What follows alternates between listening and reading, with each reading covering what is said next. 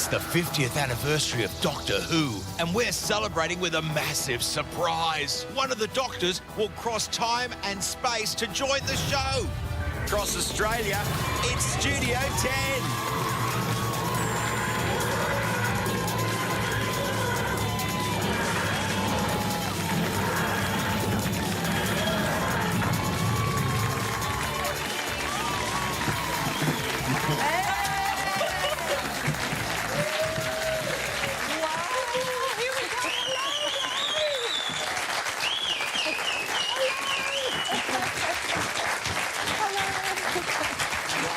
That is so incredible. Cool. Oh, that's the first time I've time travelled. This is amazing. We are the only show on television with even worse special effects than the real Doctor Who. Hello and welcome to Studio 10. It is Friday and, of course, we are celebrating 50 years of Doctor Who. Who?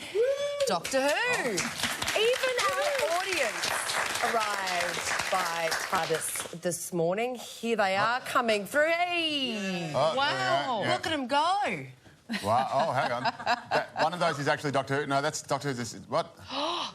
My God. They look quite well travelled for... They do. You know, well time rested. travel. Yeah, They've got the test of time, haven't Oh, my they? God, how many are there?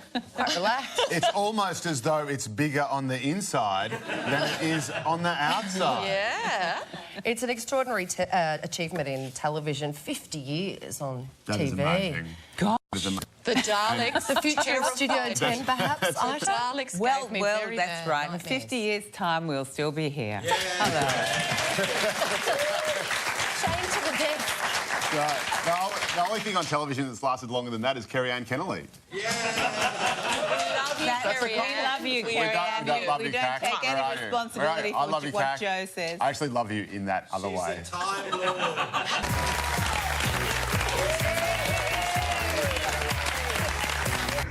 And we're celebrating the 50th anniversary of Doctor Who with a very special surprise. Cross time and space to find the very best guests. Studio 10 will be right back. We're going to go to the audience now, where Jono Coleman is standing by. We're going to ask our audience the daily dilemma, and that is, are we a nation of boozers? Jono. Well, I've got a confession to make, first of all. I've drunk every night of the week since this program has been on. So I put my hand up to being a boozer. John, next to me, you're a teetotal. Yeah. So you've never had a drink? No, I've tried it. I've made the decision. I don't like the taste of it, so I don't drink it. God, I wish I was like that. I've got used to the taste. Let's put our hands up. Who reckons that we all drink too much in Australia? And who reckons we're not drinking enough? Yeah. And who reckons that Daleks are real? And they don't drink either, Daleks, do they? No, they just exterminate. But I think we've got every excuse. The trouble is, it's Melbourne Cup, or it's Christmas, or Easter's coming, or it's Anzac Day. Yeah, I'd be interested to know what your mates think about you not drinking. Do you ever feel the pressure to... No. No? Okay. And it's, designated driver. All right, you're the popular guy Very in the popular group. guy. In fact, can I talk to you later on? You're watching Studio 10 live across Australia. I am the Doctor, and thank you to our mates at Evergreen Tours. A world of discovery when you're in the TARDIS or just travelling. Writing on this, and it didn't take long. No, it didn't take long at all. You might be wondering who this handsome chap is. Yeah, that's very kind. Yep. He wrote this. This is did. Rob, our executive producer. We're about to make his childhood dream come true. He is absolutely nuts, bananas Have for not slept Doctor all night. Who. And he's going to get to talk to his favourite Doctor Who, Peter Davison. I'm completely indulging here. I have to be honest. You totally are, but when you're the boss, It has you been can. mentioned on social media that I'm indulging, and I am. But whatevs. What do you think makes Doctor Who fans so nutso? You know what? No offence. Well, I am nuts, though. I had a TARDIS built for crying out loud. No, I'll tell you what it is. It is a show that captures your imagination. People become fanatical about shows, but there is something about Doctor Who and to some extent Star Trek and other shows like that. Look in the audience. People come in outfits and get dressed up and do cosplay.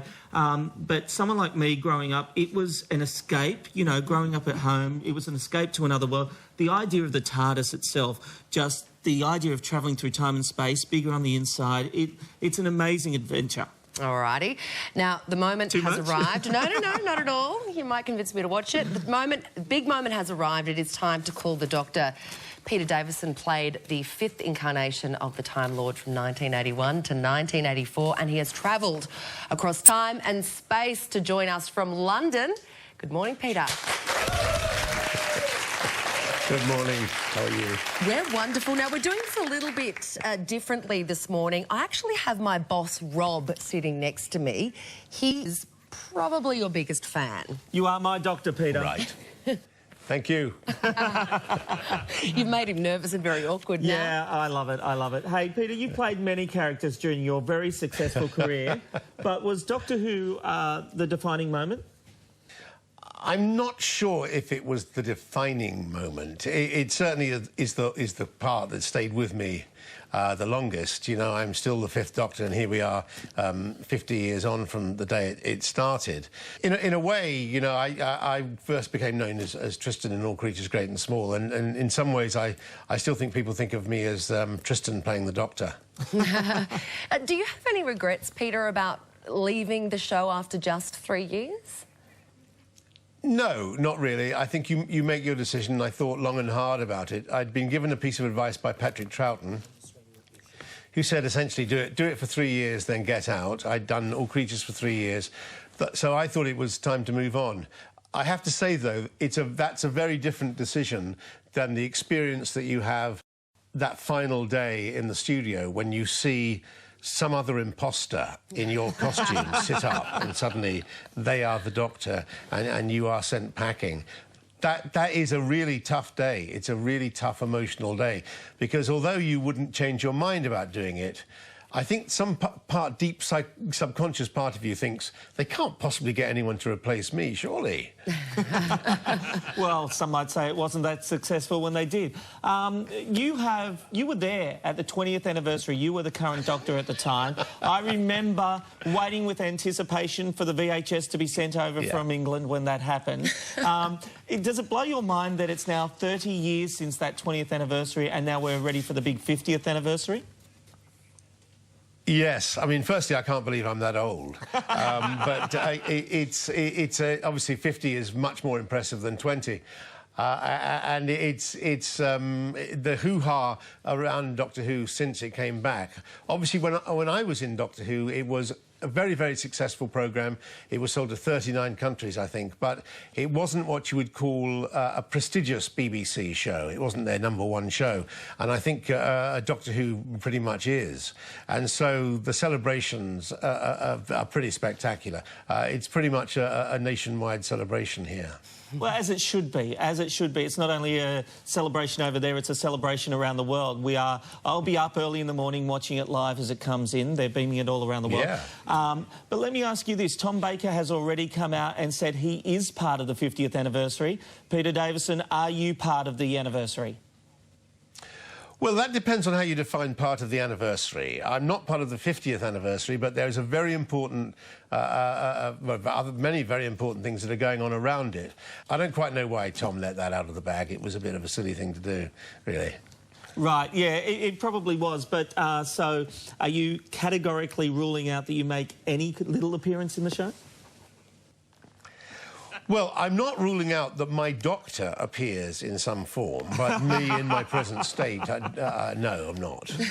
Good answer. Peter, what is your fondest memory of the show?